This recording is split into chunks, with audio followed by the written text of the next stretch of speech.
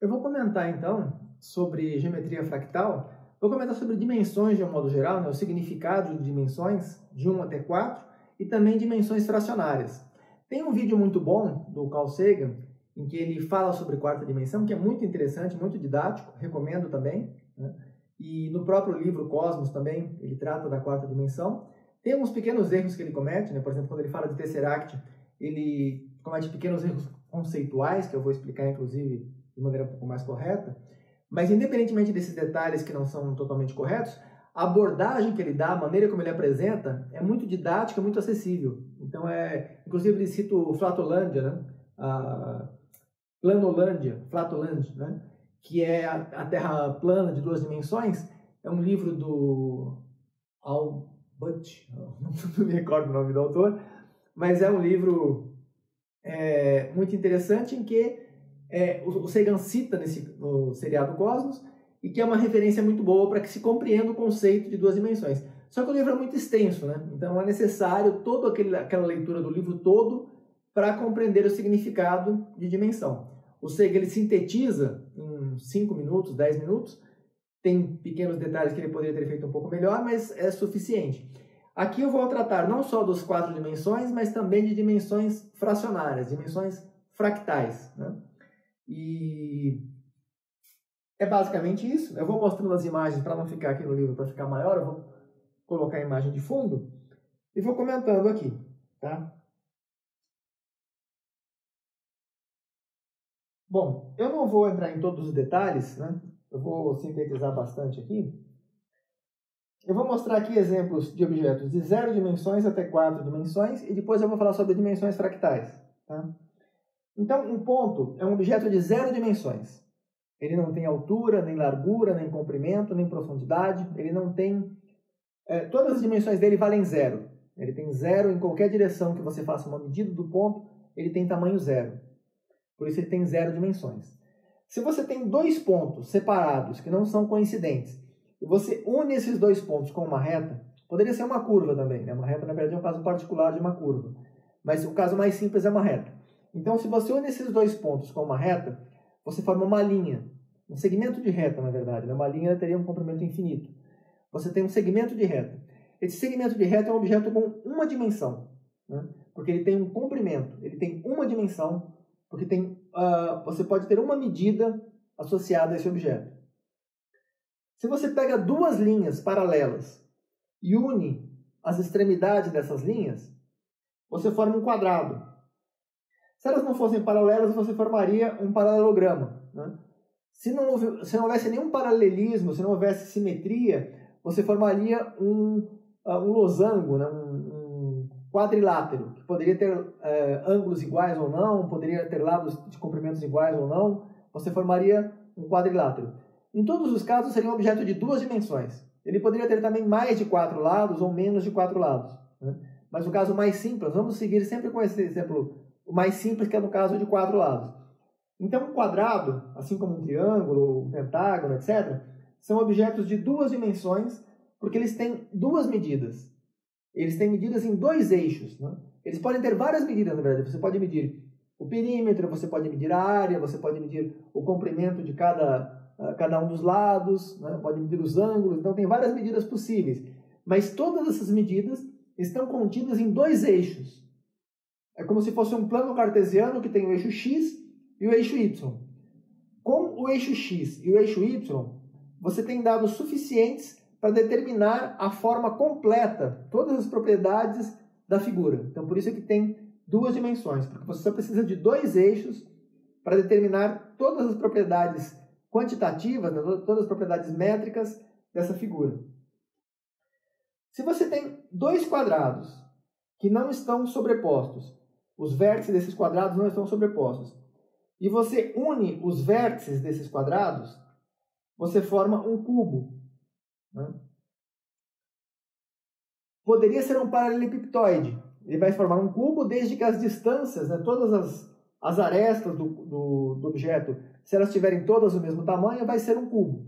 Senão ele não será necessariamente um cubo. Ele pode ser um prisma paralelepiptoidal, né?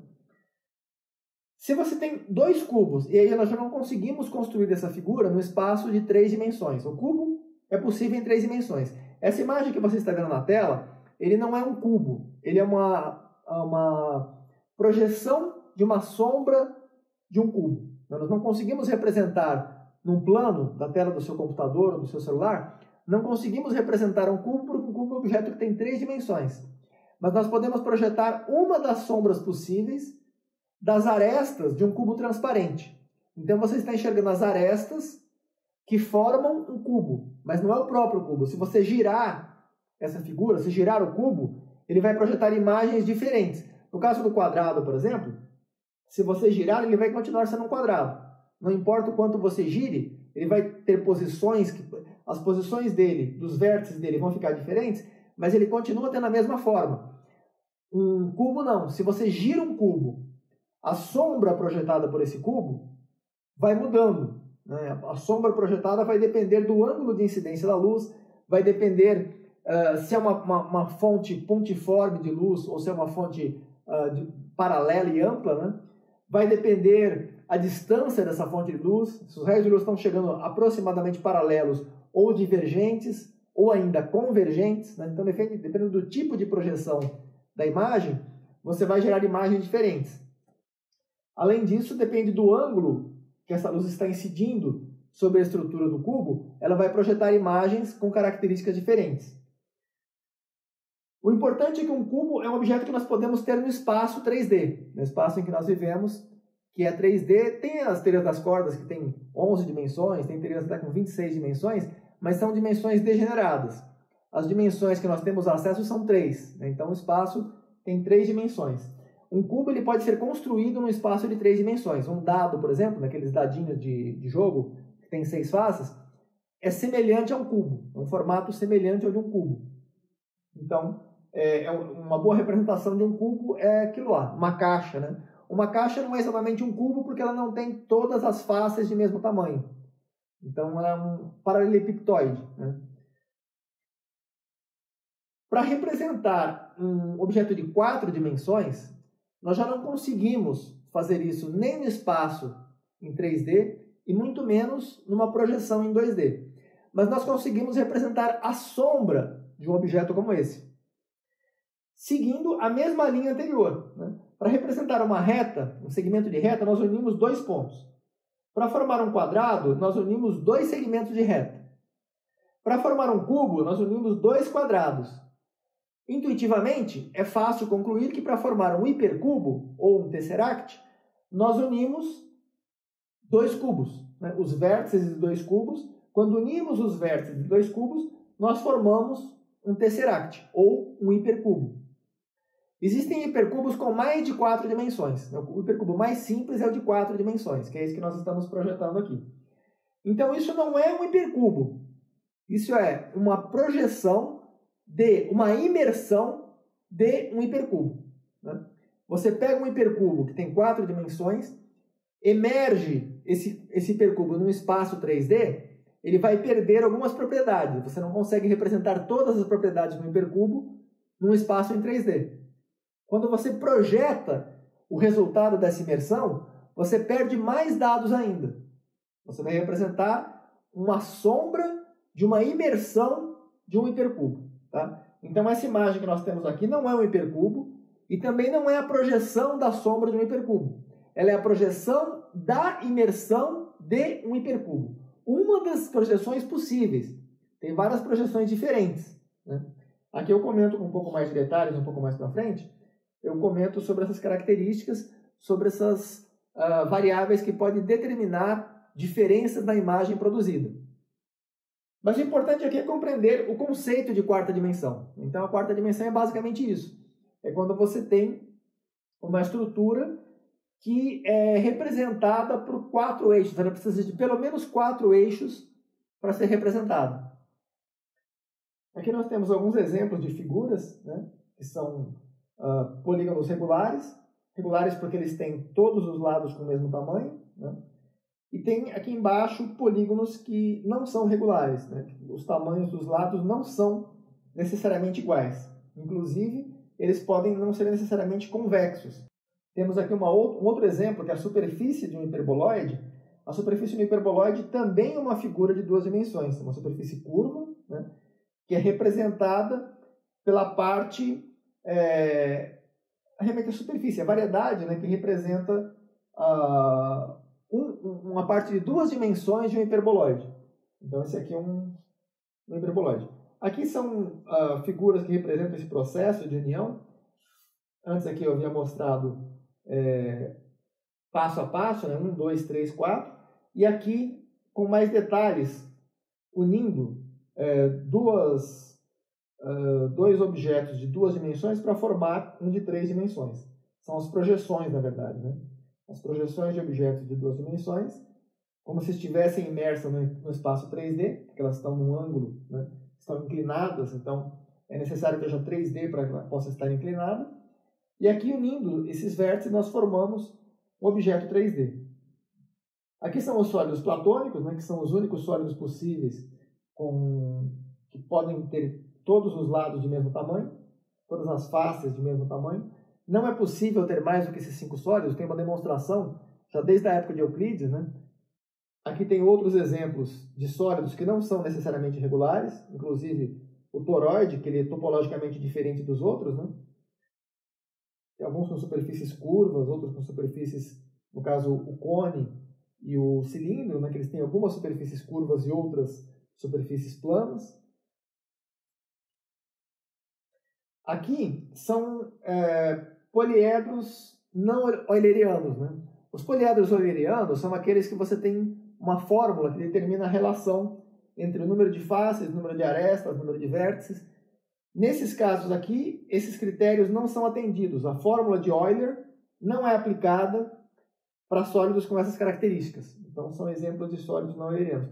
Conforme eu comentei, eu não vou entrar em muitos detalhes aqui. No livro eu comento um pouco melhor, né, que eu estou só mostrando rapidamente, só para que se possa ter uma ideia de que o livro ele não trata só de MC. Ele é muito mais abrangente do que isso. Então, algumas páginas.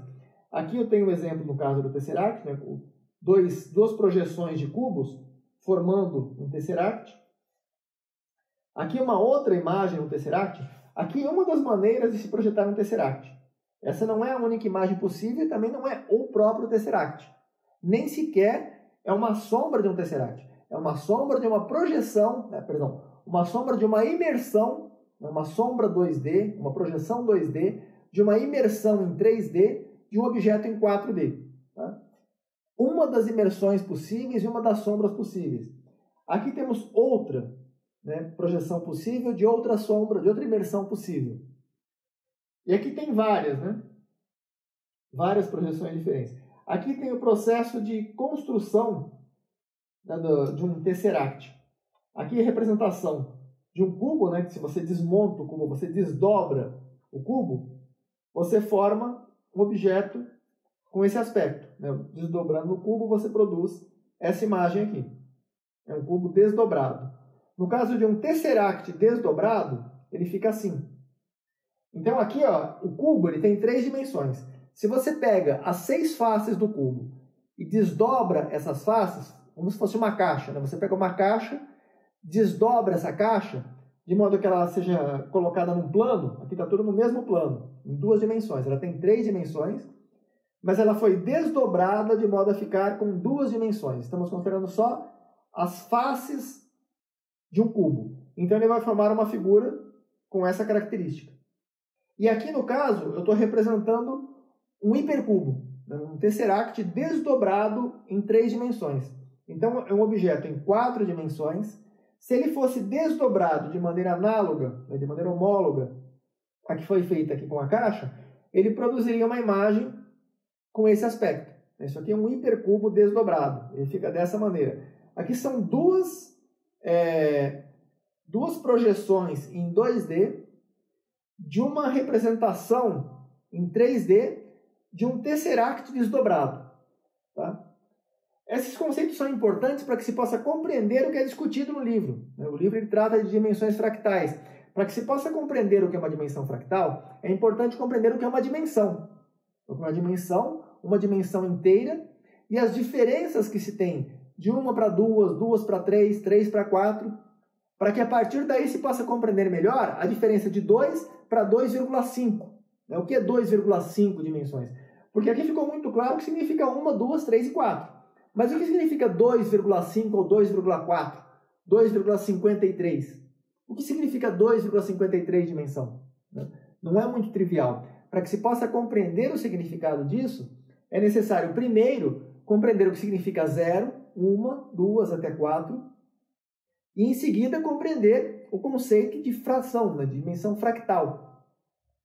Até que nós chegamos no caso de 4 dimensões, e aqui nós desdobramos um objeto de 4 dimensões para produzir um objeto de 3 dimensões, homólogo a um cubo desdobrado em 3 dimensões. Perdão, desdobrado em 2 dimensões, aqui no caso do cubo.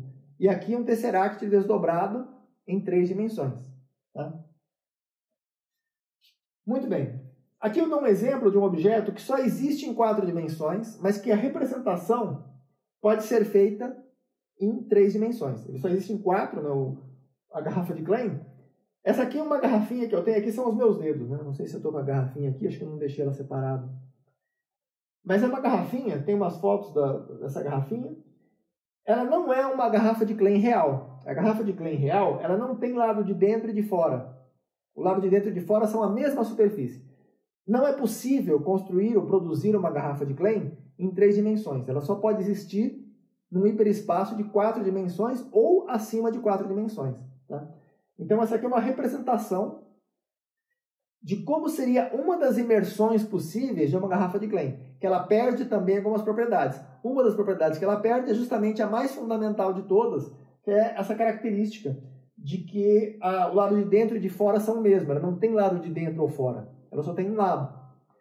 Um exemplo que se pode considerar para entender melhor o que significa uma garrafa de Klein, o que significa essa característica de só ter um lado, não tem lado de dentro e de fora, é uma fita de Moebius. Né? Uma fita de Moebius, ela tem 2 dimensões. Ela tem uma face só. Se você segue por uma face, você acaba saindo, entre aspas, pelo outro lado, que na verdade não é o outro lado, é o mesmo lado. Né? Ela tem um giro de 720 graus, em vez de ter um giro de 360, você tem que dar um giro de 720 para percorrer a fita inteira. Inclusive as correias de automóvel, elas utilizam fita de Moebius porque isso prolonga a vida da correia. Né? A correia tem uma meia-vida muito mais... A duração da vida da correia de automóvel é muito maior se você usar uma fita de Moebius. Não sei se quem já mexeu com mecânica deve ter percebido que ela é torcida. A fita ela gira ao contrário, né? Porque isso praticamente duplica a duração. Porque ela vai desgastando aquela parte que está em contato. E se você usa uma fita normal, ela vai desgastar uma face. A cada giro de 360 graus, ela vai desgastar naquela face. Se você der uma fita de Moebius, ela vai precisar gerar 720 graus para ter o mesmo desgaste. Ou seja, você vai quase dobrar a vida. Não vai dobrar exatamente porque você tem outros desgastes além da superfície de contato. A estrutura interna também vai se desgastando, a variação térmica de calor, de frio, né? Você tem um desgaste com intempéries, tem vários outros processos de desgaste, além do atrito com a superfície. Mas no que depende exclusivamente do atrito, você praticamente dobra a vida. Né? Então tem um aumento de 80%, 90% da vida útil, em vez de aumentar em 100%. Mas a correia de automóvel é um dos exemplos, né, de uso da fita de Moebius. Aqui eu não sei se eu cheguei a colocar a fita de Moebius, aqui tem, ó. Aí eu coloquei um exemplo da fita de Moebius que tem essas características. Tá? Então é basicamente a Coca-Cola, por exemplo. O logotipo da Coca-Cola, a letra C da Coca-Cola, ela tem uma propriedade de fita de Moebius. Ela é desenhada representando uma fita de Moebius. Ela dá uma torcida. Né? No livro, inclusive, eu descrevo como se constrói. Pela internet também você consegue encontrar como se constrói uma fita de Moebius para que você possa explorar essas propriedades e compreender melhor o significado. Aqui eu já começo a falar de outros assuntos, depois eu volto a falar aqui de volume, aí eu começo a comparar, e aqui eu falo de bolas de papel. Né? Por que bolas de papel? Porque as bolas de papel elas não têm uma dimensão inteira. As bolas de papel são um excelente exemplo de dimensão fractal. Não só bolas de papel, mas bolas de miolo de pão, bolas de argila. Né? Tem várias, na verdade quase tudo que nós encontramos no dia a dia tem dimensão fractal. Poucos objetos têm dimensão euclidiana ou minkowskiana. Mas, embora não tenha exatamente uma dimensão euclidiana, que seria uma dimensão inteira, eles são tão próximos de uma dimensão inteira que nós tratamos como se fosse. Então você tem uma bolinha de cristal. Aquela bola de cristal, ela não tem exatamente 3 dimensões, mas ela tem quase exatamente 3 dimensões. Tem 2,99997. Então nós tratamos como se tivesse 3 com um erro muito pequeno, né? Já uma bola de pão, uma bola de miolo de pão, ela tem 2,94. Uma bola de argila tem 2,96. Então já começa a dar uma diferença sensível. Uma bola de papel tem 2,52. Então já é uma diferença bem grande. Ela fica entre 2 e 3. E aí já conseguimos medir muito melhor essa característica. Quando fica muito próxima de 3, já é mais difícil de medir. Ou se fica muito próxima de 2, também é muito difícil de medir, né? Como é que nós fazemos para medir se um objeto tem uma dimensão fractal? A característica é muito simples. Você pega uma bola de papel, elas são feitas a partir de diferentes pedaços de papel. Eu descrevo aqui no livro com mais detalhes, né? E aqui eu faço todo o cálculo, como deve ser feito, discuto algumas propriedades, né? Aqui tem duas maneiras diferentes de fazer esse cálculo. A maneira tradicional, que produz uma reta de regressão com uma dispersão relativamente grande, e aqui um método que eu proponho aprimorado, que ele torna a dispersão muito menor, né? Ele aproxima os valores da reta de regressão, deixa o cálculo muito mais acurado em relação ao método tradicional. Aqui eu falo do litoral brasileiro, por exemplo, que é um exemplo de dimensão fractal. A medida do contorno do litoral, ele não tem duas e nenhuma dimensão, ele tem uma dimensão fractal, né?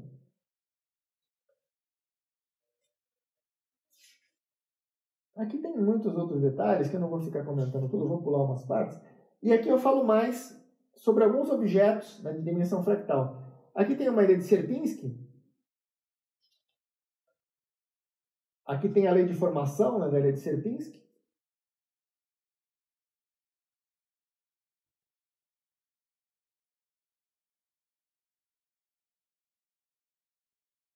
Na verdade, é a esponja de Sierpinski, né? Essa aqui acho que é uma ilha de Kos. É uma ilha de Kos. Aqui é um outro exemplo, né? E eu mostro o processo de construção. Aqui tem a samambaia de Barnsley, não me recordo o nome. Está escrito aqui, ó, Barnsley. Essa é uma samambaia real, na verdade, né? Aqui é uma samambaia de Barnsley, é essa aqui, tá? Que é esse objeto aqui que é construído. Aqui eu fiz um exemplo em Python, né? Então aqui são alguns objetos fractais. Aqui tem alguns cálculos, né, da dimensão fractal do litoral brasileiro, do litoral do Reino Unido. Aqui mais um exemplo de fractal. Esses exemplos são para proporcionar uma ideia de que o corpo humano é uma estrutura fractal. O corpo humano, se você ver o corpo humano, ele é uma superfície lisa. Ele é uma superfície que tem várias reentrâncias. Você tem olho, você tem boca, orelha, nariz, você tem vários buracos. E esses buracos não são de mesmos tamanhos, eles são de tamanhos variados. Você tem os poros, você tem pelos, né? Você tem toda uma estrutura com reentrâncias. E não só isso, mas nós estamos olhando só a parte externa do corpo, mas tem a parte interna, que você tem vários órgãos dentro do corpo humano. Então a estrutura do corpo humano, ela não é um objeto de 2 nem de 3 dimensões. No caso do Quetelet, a maneira como ele tratou a fórmula é como se tivesse 2 dimensões, que é um erro bem grave, como se o corpo fosse um plano, né? Fosse um equivalente a uma superfície de uma folha de papel. O corpo humano não é assim. 3 dimensões seria uma aproximação mais simples, mais razoável, mas ainda seria uma simplificação incorreta, né? O corpo humano, na verdade, tem cerca de 2,57. A dimensão do corpo humano é cerca de 2,57. No meu artigo de 2002, eu estimei em cerca de 2,53, que é muito próximo do valor correto, mas ainda não é o valor exato, né? 2,57 também não é exato, mas é uma aproximação melhor do valor correto. E o expoente da fórmula, que é usado pelo Quetelet, que é 2, está mais errado ainda, porque nem a dimensão fractal não seria o expoente correto. O expoente correto ele é calculado da maneira como eu descrevo no meu artigo e como é descrito também nesse livro, né? Aqui eu dou exemplo de flocos de neve, né, que são objetos de dimensão fractal bem interessantes também. E aqui é a mitocôndria. que eu usei como referência para estimar o corpo humano. Que entre vários objetos com diferentes dimensões, por exemplo, a esponja de Menger, bolas de papel, bolas de isopor, massa de modelar, argila, né, diferentes objetos, carvão, né, diferentes objetos com diferentes dimensões fractais, comparando visualmente a estrutura desses objetos, a que me pareceu mais semelhante à do corpo humano foi a da mitocôndria. Ela é muito menor, né, mas a estrutura geral, a complexidade da estrutura geral, lembra muito a estrutura do corpo humano. Não que os formatos sejam semelhantes, mas a estrutura, né, a complexidade da estrutura, a lei de formação da estrutura, mesmo que a lei de formação seja diferente, não precisa ser a lei de formação igual e nem sequer semelhante, mas a complexidade da estrutura formada precisa ter certos parâmetros para que a dimensão de Haldorf ou dimensão de Minkowski, ou seja lá qual for, precisa ser semelhante à do corpo humano. E nesse aspecto a mitocôndria foi a que me pareceu mais representativa e de fato se mostrou correto, né? Quando eu medi empiricamente em 2021, a constatação foi de que realmente era uma estimativa muito próxima do valor correto. E aqui praticamente eu termino essa parte, né? Eu começo a falar de outros assuntos. Mas a parte de dimensão fractal é um dos tópicos, né? Um dos capítulos que é tratado no livro, e é importante para compreender o que é abordado no livro como um todo, o método científico, o processo de evolução entre a descoberta e a modelagem matemática para chegar a uma teoria e depois testar essa teoria empiricamente para verificar se a teoria é capaz de fazer previsões e se as previsões correspondem às expectativas, todo esse processo requer um certo conhecimento prévio. E esse conhecimento prévio inclui, uma das partes, é justamente o conceito de dimensão, o entendimento do que é dimensão. Eu trato também de engenharia de estruturas, né? O conceito de resistência dos materiais. Então tem muitos tópicos que são abordados e um deles é esse.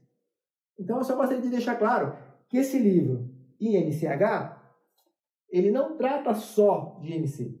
Ele trata de IMC como um pano de fundo que serve para a apresentação de muitos... Eu estou tratando de astronomia, que tem uma parte de história da astronomia. Então eu tenho aqui a parte que fala de Ptolomeu, né? Tem muitas partes sobre história da ciência. Muita coisa sobre modelagem matemática. Aqui, por exemplo, tem vários casos de gráficos para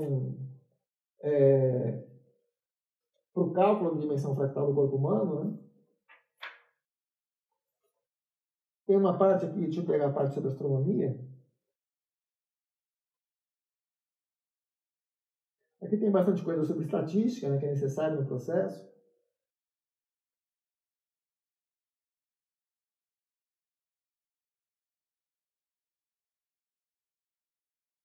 E o mais importante não é só essa parte de estatística. É muito importante a análise crítica dos problemas que são observados ao longo da análise. Porque quando você começa a trabalhar com trabalho científico de verdade, é muito diferente do que acontece na teoria. Você começa a encontrar muitos detalhes que são diferentes do que se esperava. Inclusive muitos dados incorretos nas fontes que estão disponibilizando aqueles dados ou nos dados que você coletou. Então você precisa ter o senso crítico de identificar, esse dado provavelmente eu cometi algum erro no instrumento de medida, devia estar descalibrado, eu coletei errado, eu coloquei uma ordem de grandeza errada. Você precisa ter essa percepção de que se aqueles valores que você está analisando, se eles estão corretos. E muitas vezes não estão, inclusive quando são de fontes. Nesse caso, por exemplo, eu detectei problemas no Inhames, que serve como referência. Nesse caso específico do IMC, ele foi usado em mais de 600 mil artigos e os dados estão incorretos no Inhames. O Inhames é uma fonte de dados sobre saúde, né, nos Estados Unidos, talvez a principal fonte do mundo de dados estatísticos sobre saúde. Tem dados lá que estão gravemente incorretos, tem inclusive indício de adulteração, né? Então o NCBI e o Inhames são fontes amplamente usadas em centenas de milhares de artigos no mundo inteiro e ninguém constatou esse problema até hoje. Eles continuam usando sem observar, sem analisar criticamente o que eles estão usando, sem perceber que há erros, né? Isso é muito grave e é muito importante perceber esse tipo de problema. Então a análise do livro ela vai muito além de simplesmente analisar os dados e pronto. Não, você analisa sempre criticamente, sempre desconfiando que aquilo pode apresentar erros. Isso é fundamental. Tem palestras do Newton da Costa, que é provavelmente o maior matemático do Brasil de todos os tempos. O Newton da Costa, ele toca justamente nesse ponto. Você tem que desconfiar de tudo aquilo que você vê em livros, em revistas, em jornais, em artigos, porque muitas vezes, na verdade é quase sempre, as informações estão erradas. Quase sempre estão erradas. Se você analisa com suficiente profundidade, você encontra erros em quase tudo. Inclusive no que eu estou apresentando aqui, no que é apresentado no site da NASA, no site do MIT, você vai encontrar informações erradas em quase tudo. Algumas informações erradas são bastante toleráveis, né, não são tão graves, outras são muito graves. Então é muito importante você ter essa visão crítica, justamente para detectar os erros, filtrar os erros e analisar os dados razoavelmente corretos, quando é possível filtrar, porque às vezes nem dá para filtrar os erros. Aqui tem exemplos que eu coloco de uma fonte que tenha dados tão grosseiramente incorretos, tão adulterados, que nem dá para analisar, nem dá para filtrar, né? Aqui, por exemplo, esse modelo está gravemente errado, nem dá para analisar isso aqui. Tem que descartar esse modelo porque está errado, né? É um modelo que está disponível no site da Organização Mundial da Saúde, está errado. Esse aqui é de uma outra instituição oficial, muito grande, baseado em milhões de pessoas, medidas de peso e altura de milhões de pessoas, e com vários erros. Aqui tem erros gravíssimos, né? Isso aqui não existe, são dados falsos. Aqui, dados falsos também. Então tem problemas gravíssimos aqui. Aqui eu aponto, discuto e mostro por que esses dados são falsos, por que a probabilidade de que esses dados sejam verdadeiros é muito menor que 10 elevado a menos 30. Né? A probabilidade dos dados serem reais, eles não serem distorcidos, não serem invenções, é menor que 10 elevado a menos 30. Ou seja, 99,9999999, com 30 noves de probabilidade de que há erro aqui. A fonte original dos dados está disponibilizando dados incorretos.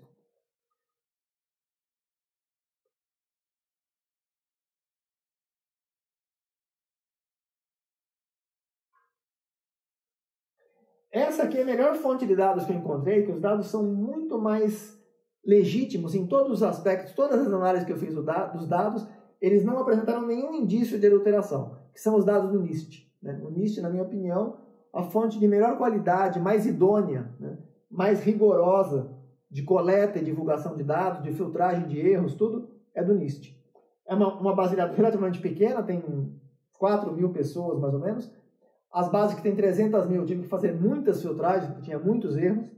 E essa aqui tem 3 ou 4.000, mas são dados muito bem filtrados, muito bem coletados, e que não há indício nenhum, pelo menos eu não detectei nenhum indício, nem de erro, nem de adulteração. Erros, na verdade, tem pequenos erros, né? Alguns tinham valores anotados errados, mas é fácil de identificar e de corrigir. Agora, adulteração, não encontrei nenhum indício de adulteração, porque muitas vezes acontece do pesquisador deliberadamente fraudar os dados. Isso é muito mais comum do que se imagina.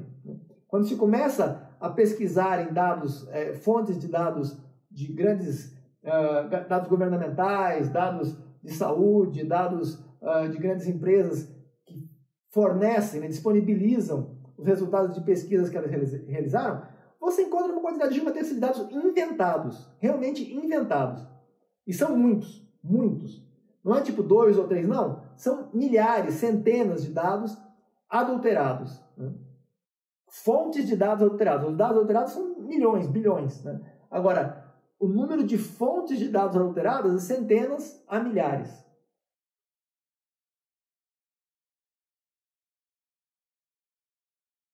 Enfim, aqui tem vários, inclusive sobre tamanho de crânios, né? Tem muitos dados aqui.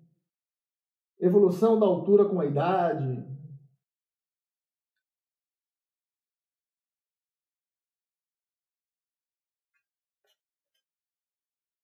Eu queria achar a parte aqui do Ptolomeu, mas eu não estou encontrando. Tem também muitos trechos sobre história da ciência. Tem uma parte que eu falo exclusivamente sobre diferentes métodos para o cálculo da porcentagem de gordura corporal, porque o IMC é um dos métodos, né? Então aqui eu cito vários outros com os pontos positivos e negativos desses outros métodos. Então tem aqui impedância elétrica, método hidrostático, espectroscopia de bioimpedância, absorciometria biofônica de raio-x, pletismografia de deslocamento de ar, miografia de impedância elétrica, scanner 3D, interactância de infravermelho, ultrassom, Então tem muitos métodos aqui diferentes, tem dezenas de métodos diferentes para medida que são alternativos ao MC. Todos eles apresentam diferentes tipos de problemas, inclusive o próprio MC também apresenta problemas, e eu comento, né? Porque quando você fala, o MC está errado, mas tem tal método que é melhor. Não, tem métodos que são melhores em alguns aspectos, mas são piores em outros aspectos. E o MC tem uma vantagem muito importante, que é o baixo custo e a possibilidade de aplicar num grande número de pessoas. Então, quando você faz as estatísticas que servem de referência para todos os outros métodos, essas estatísticas são baseadas no MC. Porque MC, para você medir a altura e o peso da pessoa, você faz isso em questão de segundos.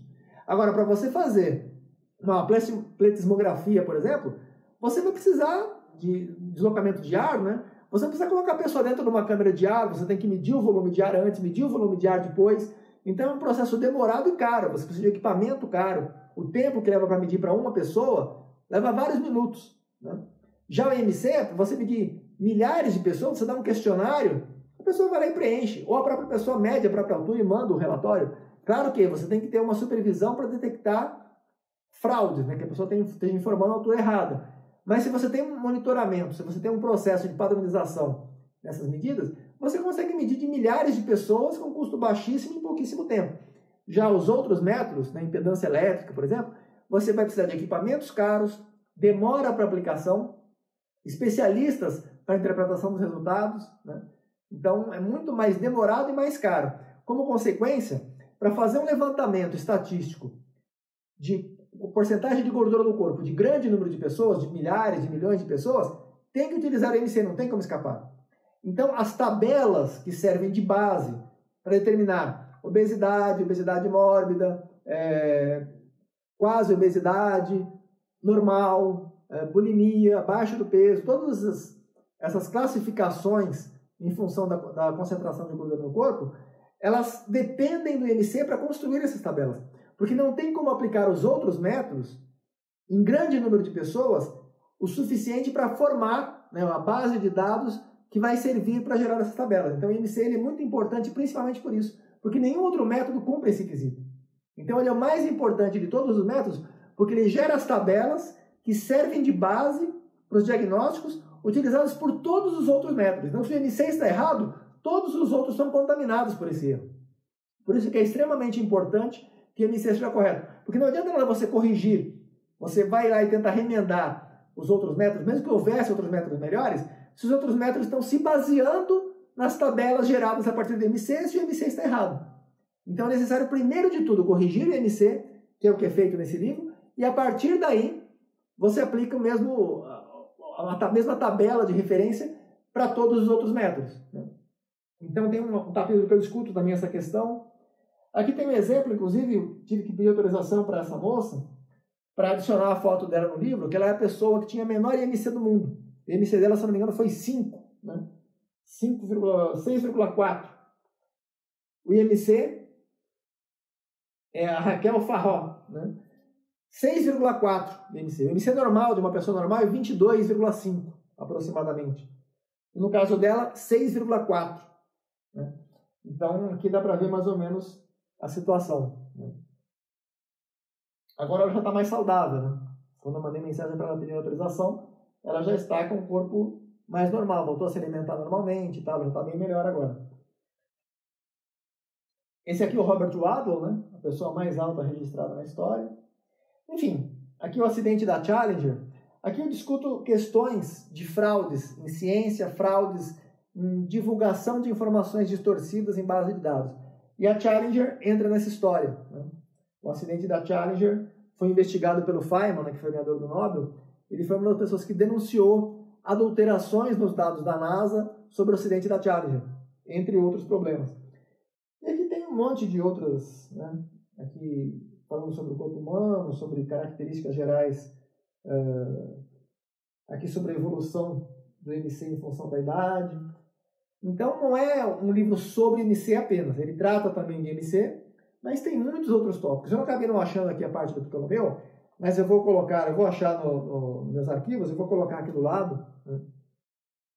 Tem uma parte que fala de astronomia, fala sobre a história da ciência, fala sobre o Newton, compara o modelo do Newton com o de Ptolomeu como um exemplo de modelagem matemática, de modelagem de matemáticas que são meramente de ajuste de curvas, como no caso do Ptolomeu, ele fez praticamente um ajuste de curvas, sem que houvesse um modelo conceitual, como no caso do Newton. Então, quando o Newton representou a cosmologia, o modelo cosmológico, né, do sistema solar, a representação do Newton, ela leva em consideração aspectos conceituais. Por que os planetas se atraem? Por que eles se movem daquela maneira, aquelas velocidades e aquelas distâncias? Por que eles têm aqueles períodos específicos? E ele descreve com uma fórmula simples, né? F é igual a G vezes M1 vezes M2 sobre R ao quadrado. Isso vai determinar a força de atração entre todos os corpos, que vão estar todos interagindo uns com os outros. E a partir daí ele faz todos os cálculos baseados só nessa forma. Essa formulinha da gravitação universal, ela é aplicada em todos os objetos do universo. Claro que em objetos muito massivos, buracos negros, estrelas de nêutrons, muito compactos, né? Estrelas de nêutrons, estrelas de quarks, anãs brancas, você tem uma curvatura do espaço-tempo na região que não dá para você usar a mecânica newtoniana. Inclusive a métrica, né? Não dá para usar a métrica euclidiana. Você tem que usar a métrica de Kerr-Neumann, a métrica de Kerr, depende se o buraco negro está carregado ou não, se o objeto está num campo apenas gravitacional ou também eletromagnético, né? Então a curvatura do espaço naquela região vai depender de algumas características do ambiente, né, do campo naquele ambiente e do próprio objeto. Mas de modo geral, no caso da Terra, do Sol, a maior parte dos objetos no sistema solar, você usando mecânica newtoniana, você consegue uma precisão de 8, 9 algarismos significativos. Então a mecânica newtoniana é muito aproximada, uma aproximação muito boa para representar praticamente todos os fenômenos astronômicos dentro do sistema solar. Com pequenas, no caso da deflexão da luz quando passa pelas proximidades do Sol, você tem uma pequena diferença. A previsão seria baseada na teoria do Newton, né, que seria 0,87 segundos de arco, e pela teoria da relatividade de Einstein, 1,75 segundos de arco. Então tem uma pequena diferença. Dá menos de 1 segundo de arco. Né? Muito difícil de medir, inclusive, essa diferença. Mas ela existe e foi verificada empiricamente. Então a teoria da relatividade de Einstein é um pouco melhor. Né? Eu falo de Einstein, mas Poincaré, Lorentz, né? Voigt, Minkowski, várias pessoas trabalharam na teoria da relatividade. Mas o Einstein foi o que fez a parte principal, né? A parte mais importante da teoria. E o importante, no caso da comparação que eu faço entre a teoria do Newton, da gravitação, e o modelo de Ptolomeu, que é baseado, na verdade, no modelo de Eudoxo, que evoluiu para o modelo de Aristóteles, que evoluiu para o modelo de Ptolomeu. O modelo de Ptolomeu, ele é um ajuste de curvas.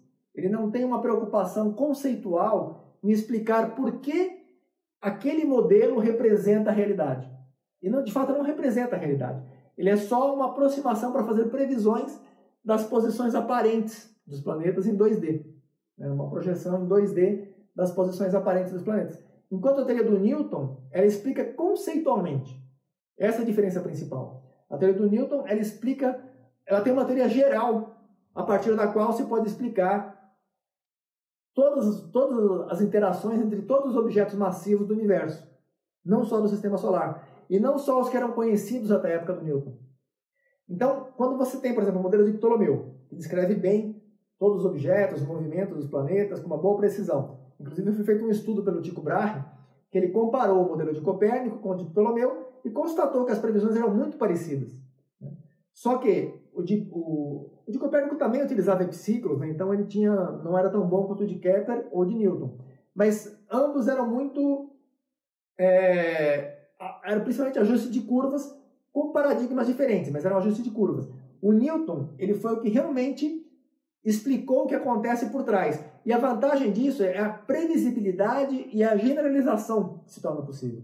Porque quando você usa o modelo de Ptolomeu, quando foi descoberto, por exemplo, Urano não era conhecido pelos antigos. Os antigos conheciam Mercúrio, Vênus, Terra, Marte, Júpiter e Saturno. Inclusive a Terra não era considerada um planeta. Né? Até Saturno era conhecido. Urano, Netuno e Plutão, ou os asteroides, né? Ceres, Vesta, Pallas, Juno e outros, não eram conhecidos pelos antigos. Quando foi descoberto Urano, se tivesse utilizando o modelo de Ptolomeu, não seria possível aproveitar os dados dos planetas conhecidos para calcular os parâmetros da órbita de Urano. Seria necessário desenvolver todo um modelo novo para descrever os movimentos de Urano. Quando foi descoberto Netuno, novamente seria necessário desenvolver todo um modelo novo para descrever a órbita de Netuno, e assim por diante. Cada novo objeto descoberto precisaria de um novo modelo particular, para cada objeto teria que ter um modelo específico. E com a teoria da gravitação do Newton, não. A mesma teoria que descreve os planetas conhecidos, ela descreve também de todos os planetas não conhecidos que foram descobertos muito depois da morte do Newton. Newton morreu em 1727, Urano foi descoberto em 1781, e as propriedades orbitais de Urano se encaixavam perfeitamente nas características previstas com base no modelo da gravitação de Newton. Então você mede alguns parâmetros, né? Você precisa de pelo menos 3 observações. A partir dessas 3 observações, você determina todos os parâmetros orbitais do planeta. A distância até o Sol, o período orbital, a velocidade orbital em cada ponto da órbita, né? No periélio, no afélio, em todos os pontos intermediários. Você determina a inclinação orbital, a precessão do periélio, né? A posição e a precessão do periélio. Então, todos os parâmetros com 3 observações você determina a partir da teoria do Newton. A partir da teoria do Ptolomeu, seria necessário milhares, milhões de observações para conseguir um ajuste igualmente bom ao que se consegue com a teoria do Newton com apenas 3 observações. Então, quer dizer, o modelo do Newton, a importância do modelo conceitual é justamente essa capacidade de síntese. O Newton, ele compreendeu como funcionava, o que existia por trás daqueles movimentos que nós observamos. Então, nós observamos o movimento, percebemos que ele tem um certo comportamento, podemos usar ali um polinômio, uma série de Fourier, que vai modelar aqueles dados, só que essa série de Fourier é uma panaceia, né? O polinômio também é uma panaceia. Ele vai se ajustar aos dados, mas ele vai se ajustar a quaisquer dados. Você não precisa de um modelo teórico por trás. Ele vai se ajustar àquilo ali e vai te dar uma representação interpolada daqueles dados. Mas você não consegue fazer nem extrapolações e nem generalizações que sejam aplicáveis a outros dados diferentes daqueles que foram usados como referência para o estudo. Então, essa é a grande importância da teoria da gravitação do Newton, é justamente essa capacidade de generalização. A teoria do Newton serve para as galáxias distantes, né, para sistemas binários, sistemas múltiplos, exoplanetas. Todos os objetos que foram descobertos séculos depois da morte do Newton continuam sendo representados, continuam sendo muito bem descritos, com 8, 10 algarismos significativos de precisão, pela teoria do Newton. Já o modelo do Ptolomeu, ele era muito bom para aqueles planetas que eram conhecidos. Se fosse descoberto mais um, já não aplicava mais. Seria necessário fazer uma mudança completa no modelo para incorporar um novo objeto. Um planeta, um asteroide, um cometa, fora do sistema solar também. Cada objeto que fosse descoberto precisaria reformular completamente o modelo para que ele pudesse continuar representando aquilo que se observa. Então, essa é a importância de um modelo conceitual que se baseia em uma fórmula conceitualmente consistente com a observação, que tem uma teoria conceitual por trás, que dá suporte teórico àquilo que se está observando, em comparação a um simples ajuste de curvas. Essa é a importância, no caso, a diferença entre o modelo que eu apresento aqui é um modelo conceitual. É um modelo que eu explico por que o IMC deve ser calculado dessa maneira. Enquanto o trabalho do Quetelet, de 1830, e todos os posteriores, eles não dão essa explicação conceitual, não só pelo fato de não dar a explicação conceitual, mas está numericamente errado, né? O valor do Quetelet é 2, o expoente é 2, o correto é 3,14, esse é o valor correto do expoente. Então há um erro numérico, e além do erro numérico, o mais grave é justamente o erro conceitual, porque o Quetelet, ele trata o corpo como se fosse de 2 dimensões, e ele fez só um ajuste de curvas, né? Ele fez uma regressão, eu não sei se ele fez uma regressão, porque na época não existia. O Pearson começou a trabalhar com isso no final do século XIX. O Quetelet é do começo do século XIX, então não foi exatamente uma regressão que ele fez. Ele usou as ferramentas estatísticas disponíveis na época, que eu não sei quais eram exatamente, mas não foi provavelmente isso que ele fez. Mas ele fez um estudo com o que ele dispunha, e ele não fez uma explicação, ele não deu uma explicação conceitual. Embora não houvesse regressão linear, já havia regressões muito mais sofisticadas. Não está que o Ptolomeu, isso já no século II, né, porque ele é no século XIX. No século II depois de Cristo, o Ptolomeu fez um ajuste muito mais sofisticado do que seria uma regressão linear. Ele fez uma regressão de uma estrutura com vários parâmetros circulares, movimentos circulares, né? Circulares em 3 dimensões, porque são inclinadas as órbitas. Então, não estão no mesmo plano. elas estão ligeiramente inclinadas. E são círculos em torno de outros círculos, são os epiciclos conectados ao deferente principal, vários epiciclos, todos em movimento e inclinados uns em relação aos outros. E ele fez um ajuste para os dados observados, os pontos de observação, de maneira que os parâmetros dessas curvas se ajustavam aos dados observados, aqueles pontos observados. Então isso é muito mais difícil do que um ajuste de retas, uma regressão linear. Então, quer dizer, embora não houvesse formalmente a regressão linear, que foi no início do final do século XIX, início do século XX, embora não houvesse essa ferramenta estatística, já havia ferramentas equivalentes e até superiores, muito mais sofisticadas, que possibilitavam o ajuste de curvas muito mais complexas do que uma regressão linear. Tá? Então, o Ptolomeu já fazia isso há muito tempo. O Kepler, inclusive, ele usou os dados do Tycho Brahe para fazer um ajuste tanto com os modelos de epiciclos, quanto com os modelos de elipses, né, que foi o que ele propôs, foi o aprimoramento do Kepler, foi justamente substituir aquele monte de epiciclos por uma elipse apenas. Né, que foi também um ajuste de curvas que ele fez. E no caso do Quetelet, então ele fez um ajuste de curvas, mas não usando exatamente o método quadrado por regressão linear, né, mas ele fez um ajuste de curvas que é não conceitual, é uma análise só numérica. Ele ajusta os valores para que as coisas se encaixem, mas não explicou, não compreendeu como as coisas funcionavam. Então esse é mais um diferencial importante desse livro, porque ele não apenas faz um ajuste melhor, em que os valores são muito mais próximos dos valores corretos, mas além disso, tem uma explicação conceitual de por que devem ser esses valores e não outros valores. Qual a justificativa conceitual por trás. Tá? Então é basicamente isso. Né?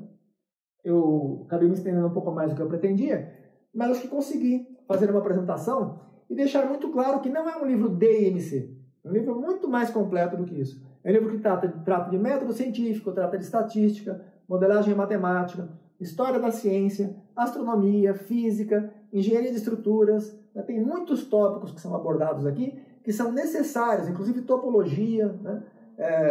Geometrias n-dimensionais. Tem muitos tópicos que são abordados como pré-requisitos para compreender a parte do IMC. Como se parte do IMC errado, se detecta o erro do IMC, se compreende esse erro e evolui dessa compreensão desse erro até apresentar uma solução e testar se essa solução realmente é uma boa representação da realidade.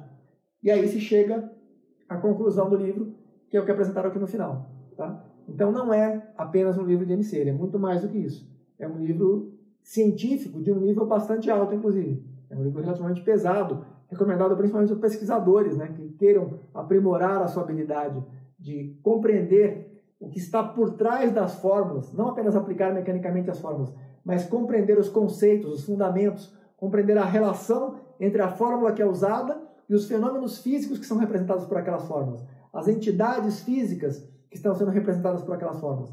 Esse livro é extremamente importante, em grande parte, por esse motivo, porque ele ajuda a compreender como o mundo funciona, e não apenas em aplicar mecanicamente fórmulas e fazer ajuste de curvas sem perceber o que está se passando por trás. Né? Esse é um dos pontos importantes desse livro. E é basicamente isso. Né? Então eu agradeço mais uma vez pela atenção e até breve, se Deus quiser.